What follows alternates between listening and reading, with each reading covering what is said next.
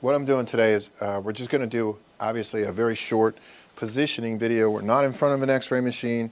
I just want to give you some tips on shooting flexion extension x-rays, and I'll tell you some of the things that basically happen when we don't get good flexion extension. So when you want the patient to flex, you're going to have them flex the head forward, naturally in a relaxed state, and you want it to be very flexed. Now, we don't want it to be come up, flex. That's not a flexion. Okay, go back into your position, go back, that's flexion, right? Now go into extension.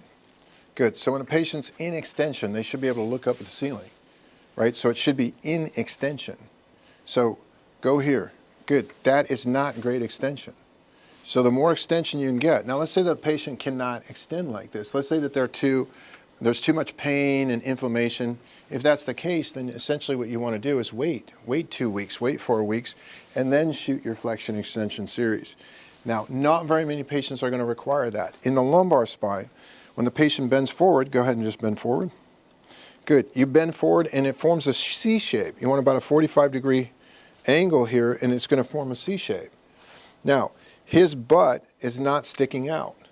So if the patient wants to protect the lower back because of pain, they're going to arch it and the butt's going to stick out. That is not great flexion technique, right? So just go down there really, really bad with, stick your butt out really, yeah, that is not great technique at all. Now come back into what it should be.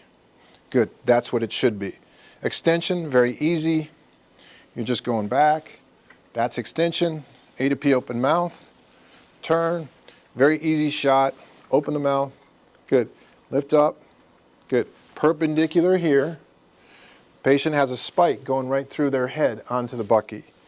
And they just turn right on it without turning, without rotating. Right? They're going to turn right on it and not rotate. And you'll get that shot.